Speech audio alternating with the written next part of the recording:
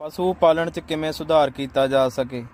ਮੱਝਾਂ ਤੇ ਗਾਵਾਂ ਕਿਵੇਂ ਵੱਧ ਦੁੱਧ ਦੀ ਪੈਦਾਵਾਰ ਕਰ ਸਕਣ।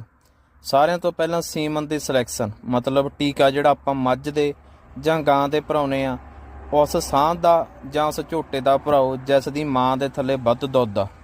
ਬਹੁਤ ਵਧੀਆ ਸਾਂਝ ਨੇ, ਬਹੁਤ ਵਧੀਆ ਝੋਟੇ ਨੇ, ਉਹਨਾਂ ਦਾ ਸੀਮਨ ਭਰਾਓ।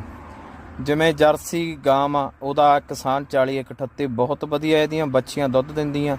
ਆਪਾਂ ਟੀਕੇ ਦੀ ਸਿਲੈਕਸ਼ਨ ਨਹੀਂ ਕਰਦੇ, ਡਾਕਟਰ ਆਉਂਦਾ ਭਰ ਕੇ ਚਲੇ ਜਾਂਦਾ, ਉਸ ਨਾਲ ਨਸਲ ਸੁਧਾਰ ਨਹੀਂ ਹੁੰਦੀ। ਆਪਾਂ ਨੂੰ ਲੱਗਦਾ ਫਾਇਦਾ ਹੈ ਨਹੀਂ, ਅਤੇ ਸੋ ਆਪਾਂ ਨੂੰ ਫਾਇਦਾ ਤਾਂ ਹੀ ਨਹੀਂ ਹੁੰਦਾ ਕਿ ਆਪਾਂ ਇਸ 'ਤੇ ਧਿਆਨ ਨਹੀਂ ਦਿੰਦੇ।